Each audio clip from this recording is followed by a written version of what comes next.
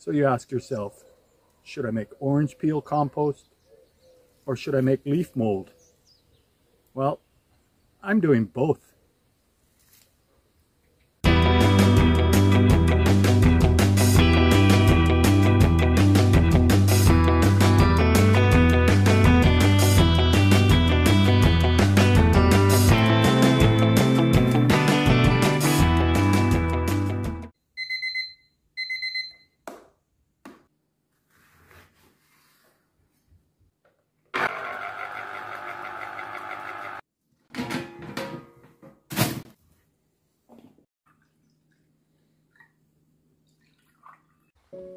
So I used to just include the orange peels with the general kitchen scraps and bring them and compost them all together. But that was until I entered the world of California red wigglers, my composting worms that I have in my worm farm in the bathtub.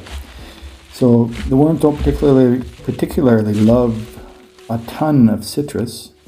They'll eat it if they're hungry, but it was too much. We drink a lot of orange juice every day, so I thought, you know what, I don't want to be throwing this out, so I'm going to start composting it with the mango leaves.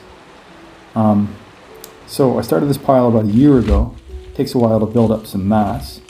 But I give it a mix every week before adding it in because, before I add more peels, more leaves, and the secret ingredient. So this helps reactivate the microbes, gets everything going again. Okay, so I brought the orange peels in from home once a week. That's how much orange juice we drink.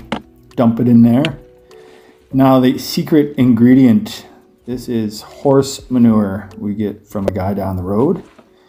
That is a nitrogen blast activator.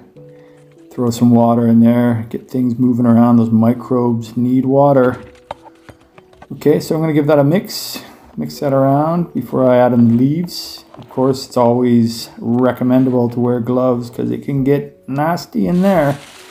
Grab a handful of leaves, crunch them up. A lot of people use a lawnmower or whatnot to really chew them up. I'm sure that works great, but it's a step that I like to keep out of it. I just rub them in my hands, and if they're really dry, they'll break up well enough there. Add some more. Ratios, people vary. People say 5 to 1, 4 to 1. I'm not really sure what I do. I just make sure there's twice or 3 times as much or as many leaves in there as the orange peels. Give it a good mix. Get it all ready to add it to the compost. Okay, so you see I've kind of dug a hole there in the center. Get down as close to the bottom as you can. Dump the goods in and give the bucket a little bit of a rinse. You want to add some water. It's going to need a little water after a week.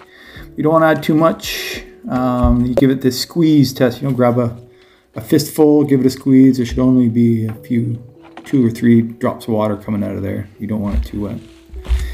And then I just kind of bring the rest up from the sides, create a little mound, give it some weight, create some more, oh geez, excuse me. That was not good. Okay, yeah, so I just kind of bring up the sides, create a little bit of a mound in there, get the goods off the fork, and then I just add kind of a layer of dry leaves. Kind of keeps, keeps the flies down. I've never really had problems with flies, maybe that's why, but that's about it. And then get yourself a compost thermometer and come back tomorrow. So making the orange peel compost has many advantages. The first one is that I can just make an incredible amendment for the garden. And also, I get to keep all those orange peels out of the landfill as well. Now, I just can't throw anything away now. It just all goes right back into the garden where it belongs. Here we are 2 days later, 46 and a bit degrees Celsius, well into the active zone.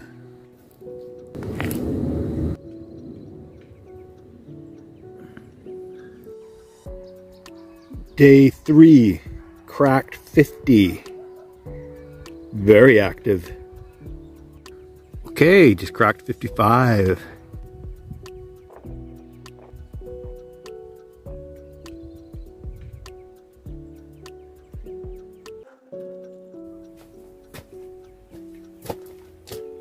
Check that out. Okay, a week later, 7 days later, and we're still at 45, 44 and a half. Pretty good. So I'm going to toss this around, mix it up a little bit, and add another batch of orange peels. So, is it compost? Is it leaf mold? Let me know in the comments below. I'd like to hear your opinion. So be sure to come back, because in a month or so I'm going to put all that through a sieve and prepare it for leaving it in the ground where it belongs. And I'll make a whole video about that. So I'll see you again soon.